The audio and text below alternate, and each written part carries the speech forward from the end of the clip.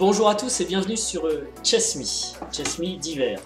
Alors aujourd'hui je vais vous parler d'un sujet qui me tient à cœur et forcément auquel je vais être de plus en plus habitué, c'est comment gérer une défaite ou une contre-performance. Allez, on y va. En effet, comment digérer la défaite aux échecs, ou d'ailleurs peut-être même dans un autre domaine, parce que lorsqu'on a des objectifs, lorsqu'on veut progresser, on peut être abattu lorsque les choses se passent mal. Alors, il y a plusieurs choses à avoir en tête pour digérer une contre-performance, notamment en se posant les bonnes questions. Lorsque vous êtes face à une contre-performance, il faut savoir si vous allez l'utiliser pour vous démoraliser, ce qui est plutôt le premier réflexe qu'on va avoir, mais qui n'est pas forcément positif, ou se remobiliser au contraire. Évidemment, c'est la bonne approche. Mais c'est pas si facile à faire. Alors il va falloir, pour ça, les questions à se poser, je pense, c'est d'abord se demander qu'est-ce qu'une contre-performance.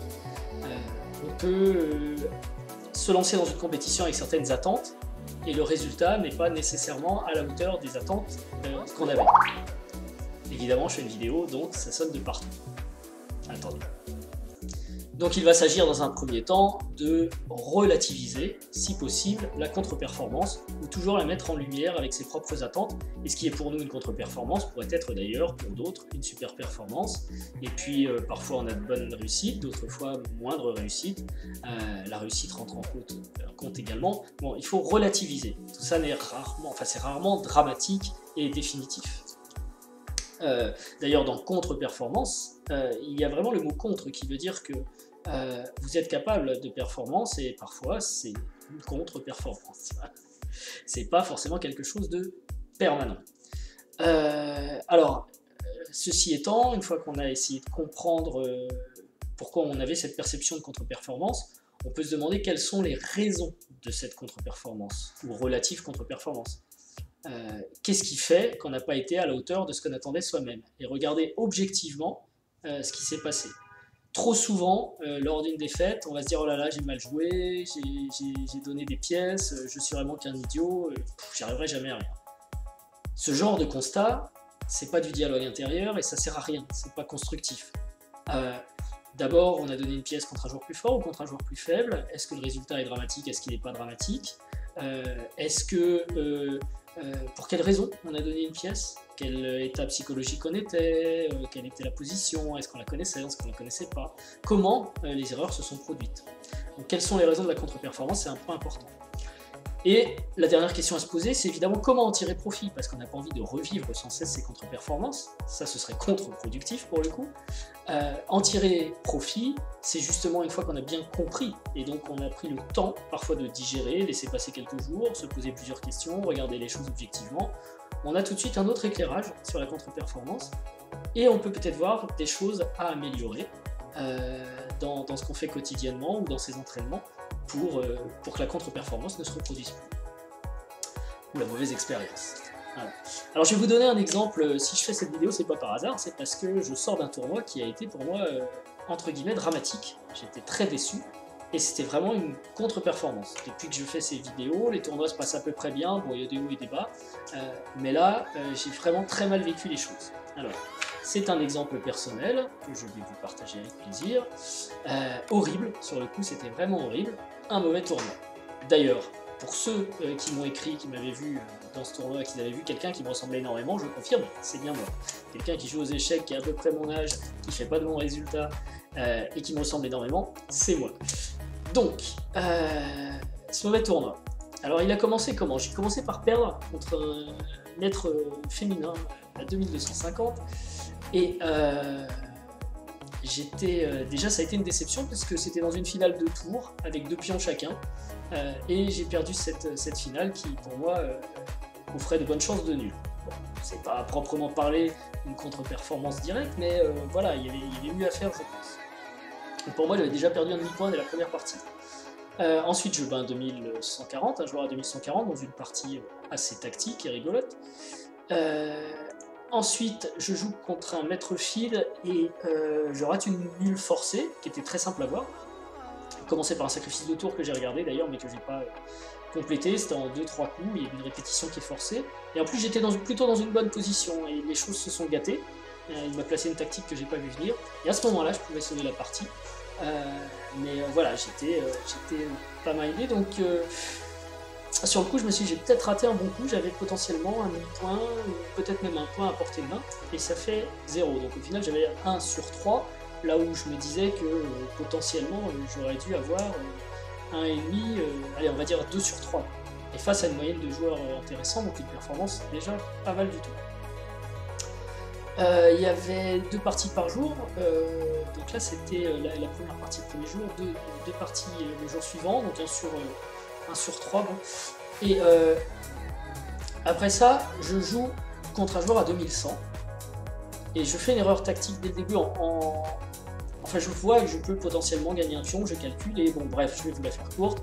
Je donne la qualité, c'est pourtant encore une fois un calcul simple, et j'arrive à tenir toute la partie, mais j'arrive pas à évidemment récupérer ma qualité, donc je perds la partie. Ensuite je joue contre un joueur à 2040, donc ça commence à baisser, et dès l'ouverture, peut-être au 8e coup, je lui donne 2 pions, je fais n'importe quoi. Je suis dégoûté, et ça fait 3 défaites de suite. Et je me suis déplacé, j'ai pris des congés pour faire ce tournoi, je me dis mais qu'est-ce qui se passe, c'est pas possible, qu'est-ce qui se passe avec mon jeu. Du coup, avec ces classements très mauvais, alors, autre chose aussi, j'ai eu une seule fois les blancs, c'est la victoire, et les 3 autres parties j'avais les noirs, donc j'ai eu 3 fois les noirs, 1 fois les blancs. Donc je me dis, c'est pas de bol, j'ai 3 bulles et je peux pas avoir les blancs. Faut savoir que dans mon jeu, j'ai peut-être sur cette année 120 ou 140, sur les 100, non, presque 150 parties, j'ai 85% de réussite avec les blancs et 40% avec les noirs. Donc ouais, c'est ça, 45% avec les noirs. Donc il y a une vraie différence dans mon jeu que je pense d'ailleurs améliorer. Là j'ai de nouvelles ouvertures avec les noirs enfin de nouvelles ouvertures. J'ai vraiment un répertoire qui me plaît mieux, et d'ailleurs même ces zéros là on va en reparler après, mais bref, je me dis voilà, dans ce tournoi ça commence mal, j'ai raté d'abord des bonnes parties dans les 3 premières rondes, ensuite je fais n'importe quoi, je donne des pièces dès le début, j'ai eu 3 fois sur 4, enfin 3 fois sur 5 les noirs, oui pardon, il y en a 5, donc noir, blanc, noir, noir, noir, non, 4 fois sur 5 les blancs, c'est pas les noirs, c'est pas possible, et je me dis comment ça va se passer après, enfin je vais avoir 3 fois les blancs, je vais pouvoir enfin scorer quoi. Et pouf, je me tape l'exemple. Donc ça veut dire j'étais dernier du tournoi à force de perdre des parties. Le sort s'acharne en quelque sorte contre moi, je ne peux pas jouer pour me refaire, et je gagne un point gratuit mais qui ne sert absolument à rien, une partie que je ne jouerai pas. Donc là j'avais vraiment le moral dans les baskets. Dernière partie, enfin partie suivante, je fais nul contre un joueur à 1900. Enfin je gagne contre un joueur à 2100. Ok. 2160. Donc ça, un tournoi vraiment horrible et une grosse déception parce que je m'attendais à faire beaucoup mieux. Alors maintenant il faut regarder et se poser les bonnes questions comme je vous disais. Donc c'est l'exemple que je vous donne avec mon propre tournoi, mais que je vous invite à faire vous-même, rétrospectivement, analyser un petit peu ce qui se passe pour mieux comprendre. Donc la première question c'est qu'est-ce qu'une contre-performance? En réalité, ce tournoi, tel qu'il est décrit là, si on pose le point Hello, alors effectivement moi j'attendais, parce que c'est mes performances du moment, 2100, 2002, et je me disais là je vais gagner beaucoup de points et c'est un beau tournoi, je vais pouvoir le faire. Au final je réalise une performance à 1985, je me dis que c'est en gâchant 4 parties sur 8, mais aujourd'hui j'ai un Hello à 1974 d'ailleurs. Donc au final je gagne des points, enfin je dois gagner un point justement, tout juste. Donc ok, ce n'est pas la performance qui correspond peut-être à mon niveau aujourd'hui, ce n'est pas la performance qui correspond du tout à mes attentes, mais ça reste une performance qui est liée à mon classement actuel. Donc objectivement, c'est pas la fin c'est pas catastrophique. Voilà. Est-ce que c'est une performance aussi, une contre-performance? Concrètement, elle n'engage que moi.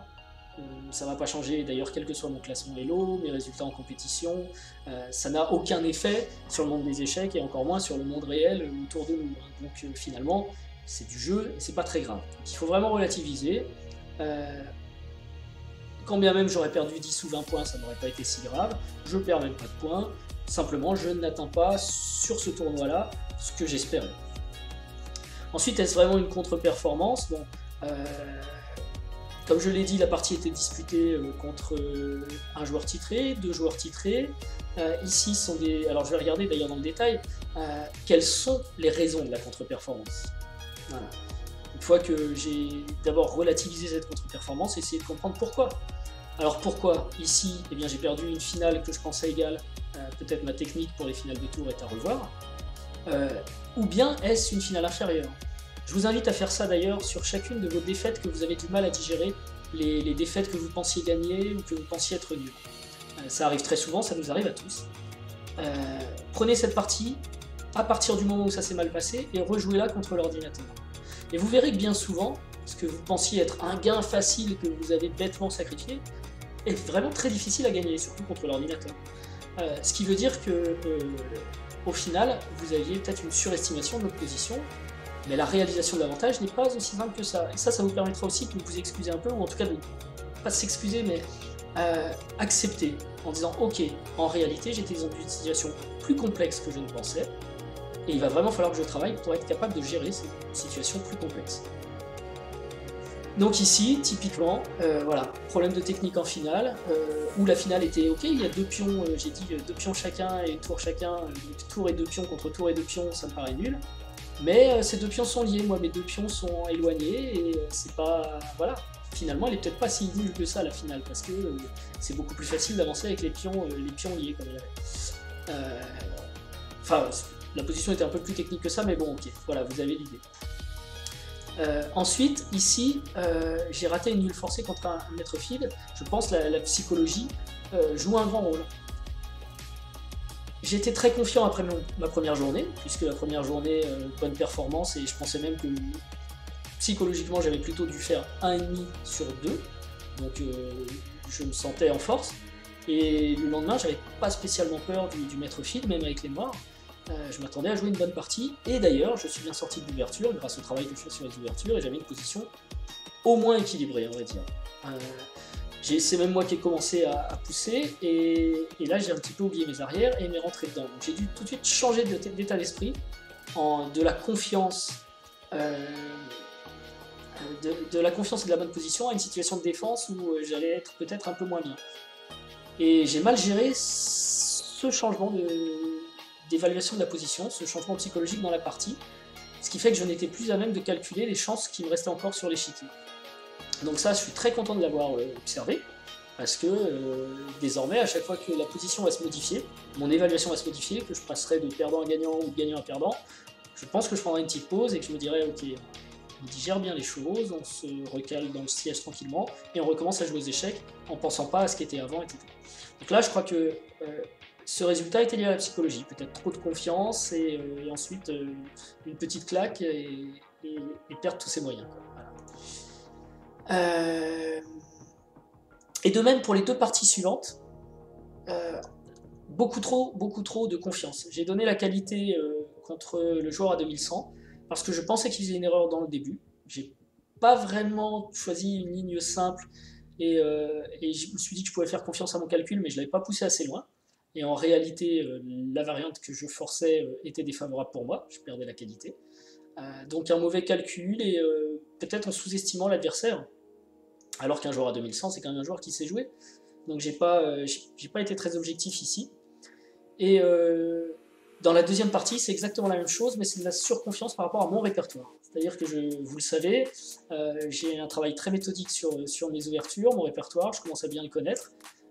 Mais ce joueur a trouvé un trou dans mon répertoire, dont j'avais pas du tout conscience, et donc j'ai joué aveuglément une variante, et je me suis retrouvé dans une situation totalement catastrophique, parce qu'il a dévié un moment, et là je savais plus quoi faire en fait.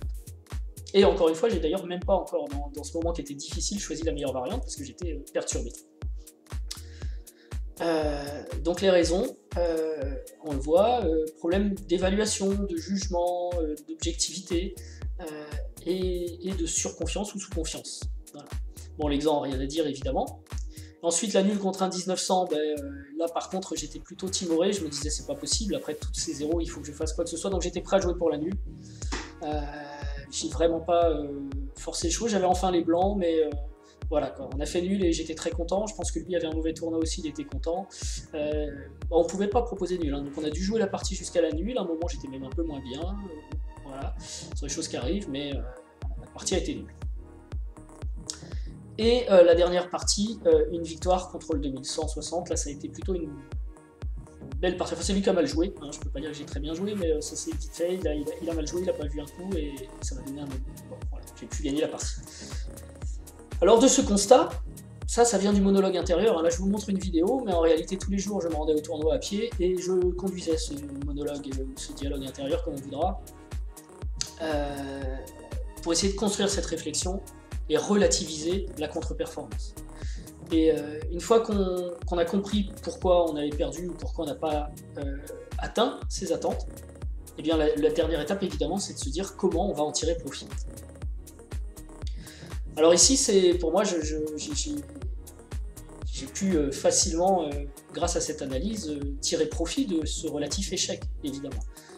Par exemple j'ai décidé de modifier un petit peu la façon dont je travaille les finales. Aujourd'hui, j'apprends et je répète les finales, toutes les finales. Je vais inclure, un jour sur deux par exemple, un approfondissement sur les finales de tour. Parce que c'est au moins la 3e fois que j'ai la sensation de gâcher une finale de tour, que je connais les positions types, hein, mais voilà, on n'est pas toujours dans la position type. Et finalement, si ça arrive 3 fois, c'est trop.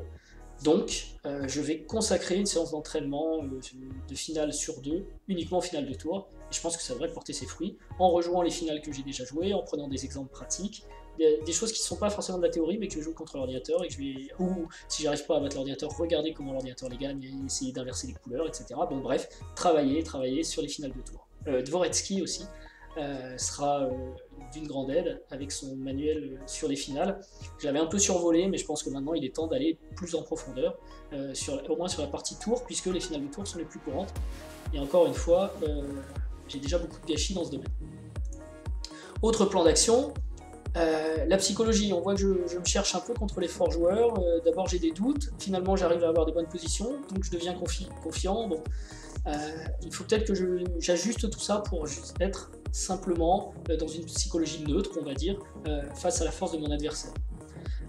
Et donc il faut que je pratique plus contre des forts joueurs pour être plus à l'aise.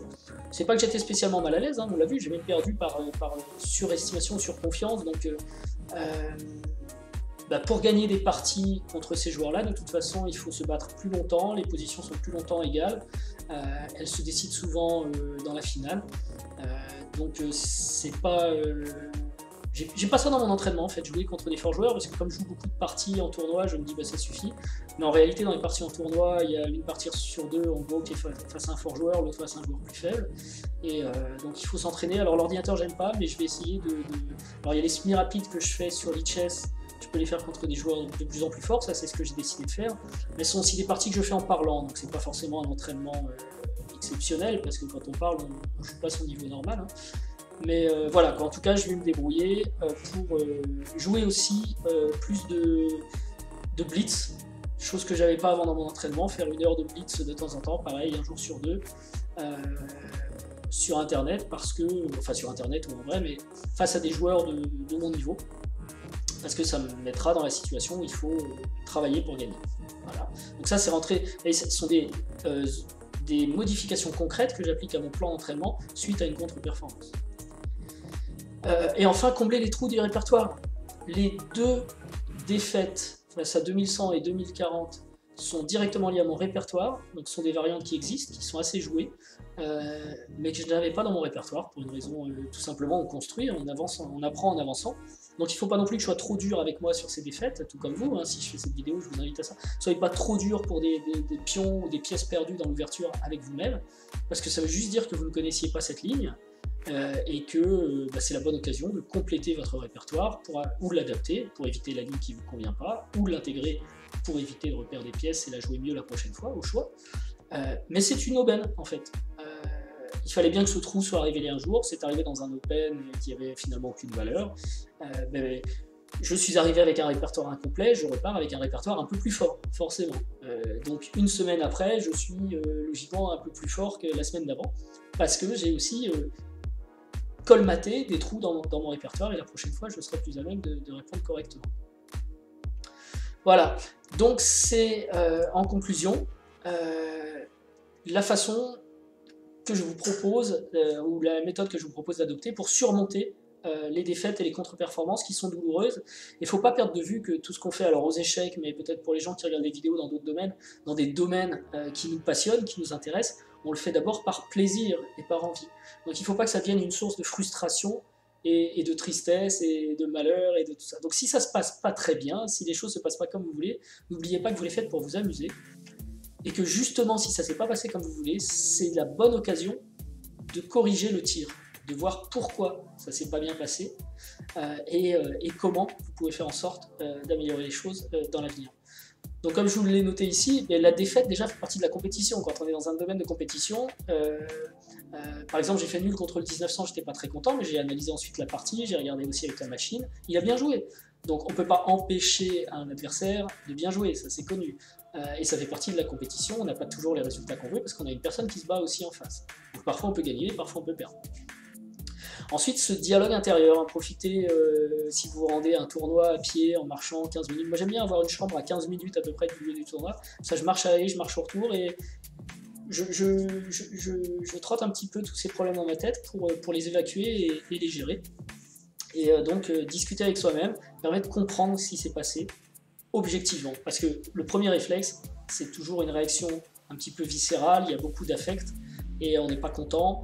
Et il faut vraiment tournicoter un petit peu pour relativiser et comprendre exactement la situation. Et une fois qu'on a compris la situation, on peut définir les actions pour améliorer ce qui n'a pas fonctionné. Donc si vous savez ce qui s'est passé, vous pouvez faire en sorte que ça ne se passe plus à l'avenir.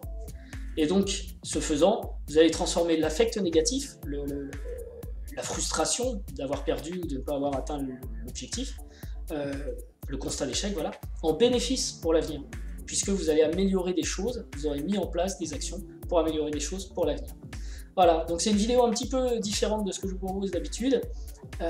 C'est pour vous aider ou vous montrer, comme toujours, ce que moi je fais dans mon plan d'entraînement ou dans ma propre pratique pour gérer la défaite, parce que ça en fait aussi partie. Parfois ça se passe pas bien, et si ça se passe pas bien, c'est la bonne occasion que ça se passe mieux dans l'avenir. Donc voilà, j'espère que ça vous aura plu. Si vous avez des propres techniques de votre côté de gestion de la frustration, de la contre-performance, etc., vous pouvez nous les partager aussi en commentaire et nous dire comment vous faites lorsque vous n'êtes pas satisfait avec vos résultats. Et si vous n'êtes pas abonné, abonnez-vous parce que vous pourrez voir toutes ces vidéos d'hiver et d'été bientôt avec Chess Me. Voilà, je vous souhaite une bonne journée et je vous dis à bientôt. Au revoir.